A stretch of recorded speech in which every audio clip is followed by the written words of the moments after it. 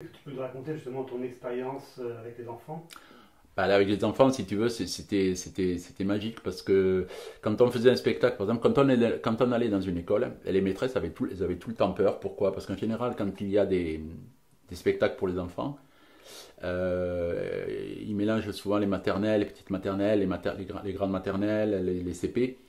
Et les petites maternelles, en fait, à un moment donné, elles décrochent. Et en fait, ça casse tout le rythme. Donc les spectacles ne peuvent pas durer 30 minutes, c'est vraiment le maximum. Et là, à chaque fois que nous on terminait un spectacle, les maîtresses venaient me voir et me disaient: mais on ne comprend pas. Je dis: qu'est-ce que vous ne comprenez pas? Je dis: mais déjà votre spectacle, il fait pas une demi-heure comme vous m'avez dit. Il fait des fois, vous faites trois quarts d'heure, presque une heure. Elle me dit: on ne comprend pas. Les petits, ils ne bougent pas. J'ai dit oui. Elle me dit: mais vous pouvez m'expliquer? Bah, j'ai dit: c'est simple. J'ai dit: en fait, moi je suis un enfant. Alors là, si tu veux, quand tu es dans le monde rationnel, que tu dis des choses comme ça choque en fait. Parce que, non, t'es pas un enfant. Alors j'ai dit: bien sûr, je suis pas un enfant.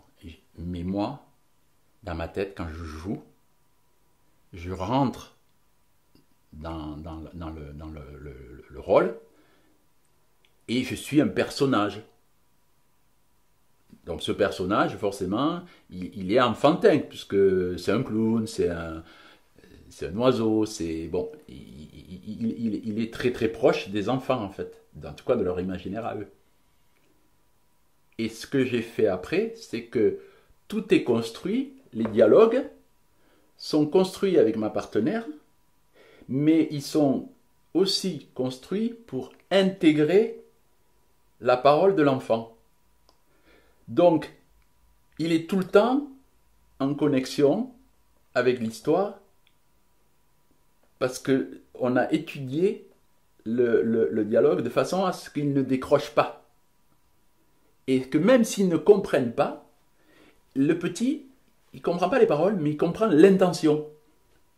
Il marche par intention. Et comme nous, le travail de clown, c'est du mime, il y a beaucoup de visuels, il y a, tu vois, je suis pas content, ouais, je suis content, je suis super content. Bon, tu vois, des petites choses très simples que lui, l'enfant, il le capte ça.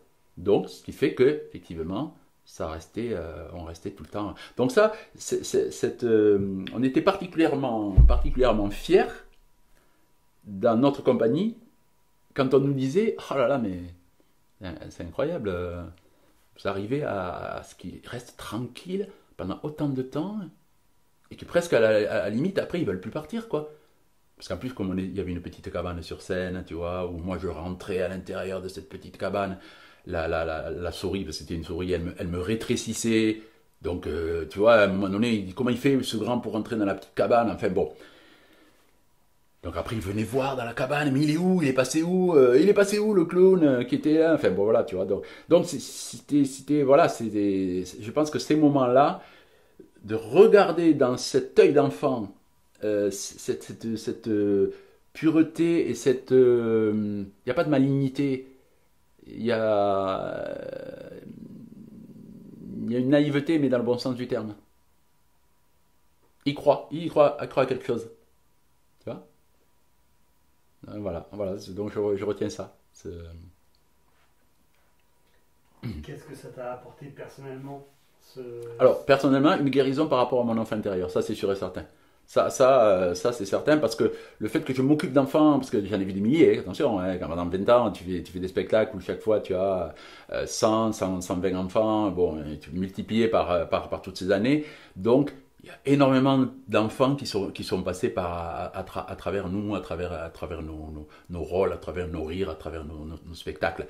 Donc, si tu veux, j'ai eu une plénitude de cet enfant qui était tout seul quelque part, parce que j'étais seul quand même quand j'étais petit, parce que j'étais un peu à part, donc forcément tu es seul. Ben là en fait, tu es dans une compagnie et tu joues avec plein d'enfants. Et du coup, ben là en fait, ça rééquilibre ce petit enfant qui était malheureux quelque part.